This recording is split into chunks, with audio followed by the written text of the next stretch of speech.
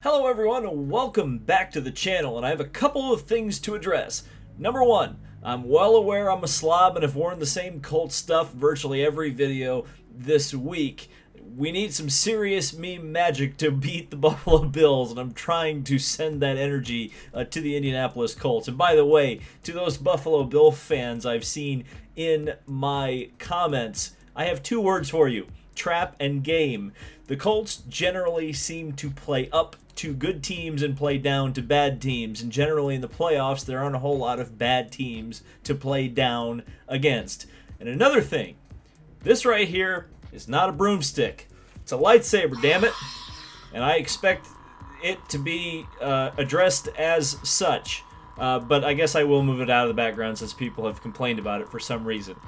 We do have some stuff to talk about in relation to racing, which you've probably clicked on this video for, and it involves an open-wheel driver moving to NASCAR, which felt like something that left kind of the public consciousness around 2012, and yet we're right back to open-wheel drivers leaving for NASCAR, and also a couple of sports car moves involving the Rolex 24. So let's slice our way into this tauntaun, shall we? And yes, there have been some big moves in terms of the Rolex 24 entry list, and certainly big-name drivers.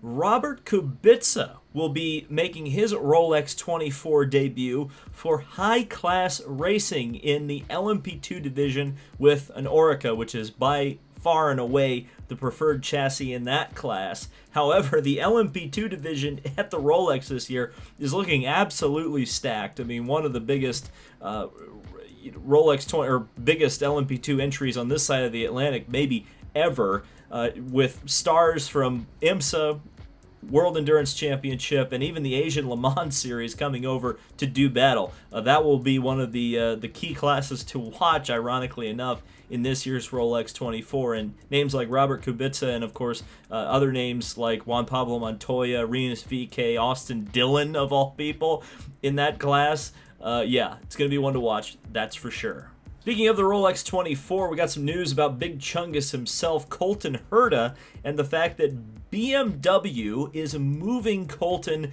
to another team for the Rolex 24 and possibly beyond. Of course, he was driving in the GTLM Rahal Letterman Lanigan car. He will now be driving the Turner Motorsports BMW in GTD. Now, again, you guys know I do talk to Colton, but I have not asked him about this, so don't think that I'm giving anything away by saying this. But my speculation is, and we've heard quite a bit at this point, that the BMW GTLM program may not continue very far past the Rolex 24. It may not show up at all the rest of the season. Colton Herta is a contracted BMW factory driver. However, of course, his primary obligation is IndyCar with Andretti Autosport.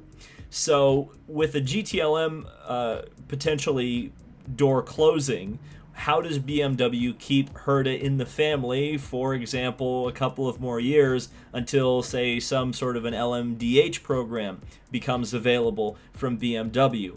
Well, you don't have him running GTLM anymore because that BMW doesn't exist in either side of the Atlantic with World Endurance Championship or IMSA.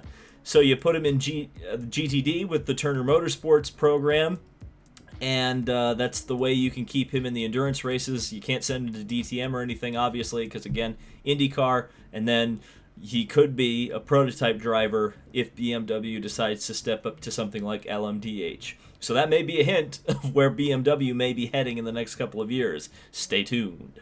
And the big story, and the one that you probably clicked on this video for, Santino Ferrucci will be heading to NASCAR in 2020.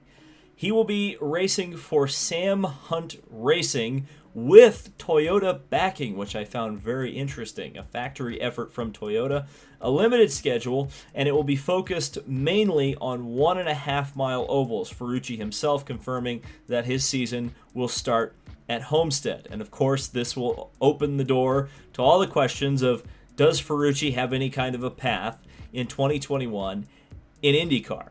Well, let's start talking about this because there is a lot to break down with a Ferrucci move to NASCAR. And I've seen a lot of people mention that it's weird that apparently he's not going to be running any road courses in his limited Xfinity Series schedule.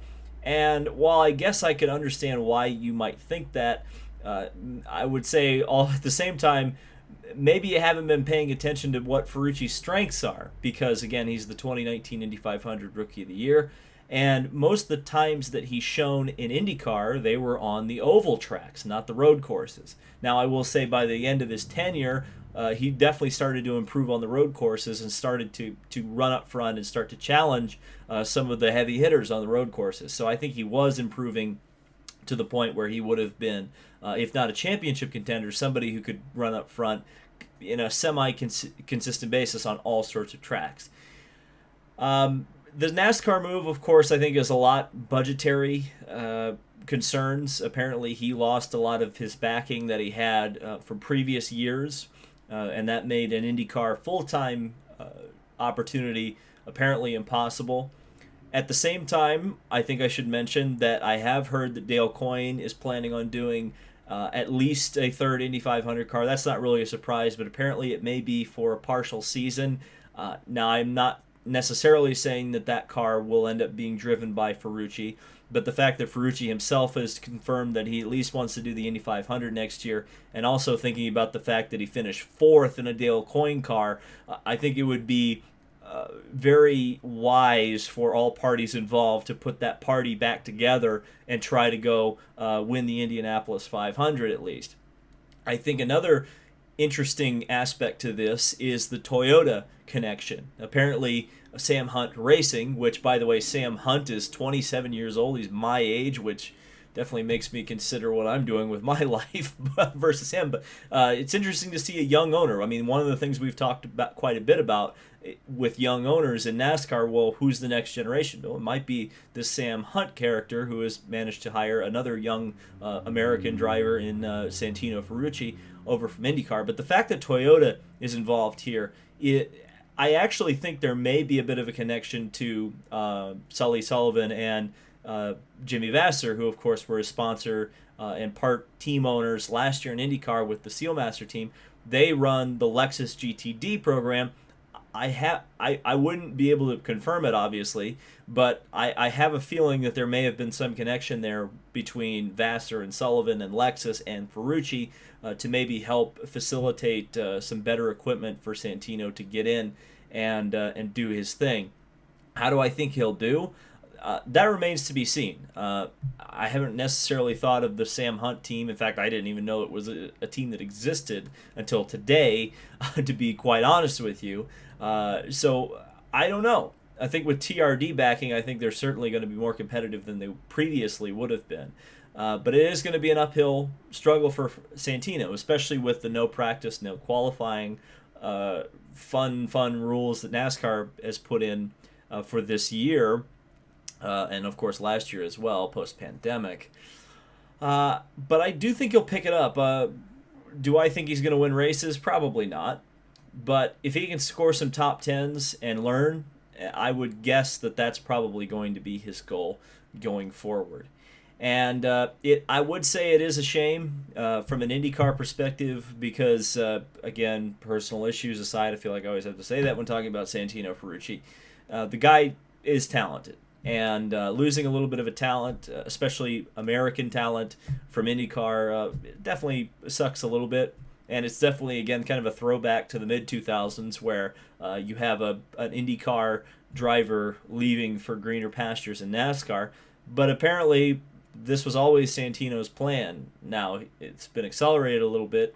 He wanted to move to NASCAR eventually, but clearly budgetary reasons have led him kind of down this path. So we'll see what happens. What do you guys think of this move? Do you think Santino Ferrucci has a path to the Indianapolis 500? And how do you think he, Sam Hunt Racing, and Toyota Racing Development are going to do in the 2021 Xfinity Series season on the 1.5-mile ovals? Let me know down in the comment section below, and subscribe for more motorsport content. Thank you guys so much for watching. This has been David Land on YouTube, and I will see you in the next video.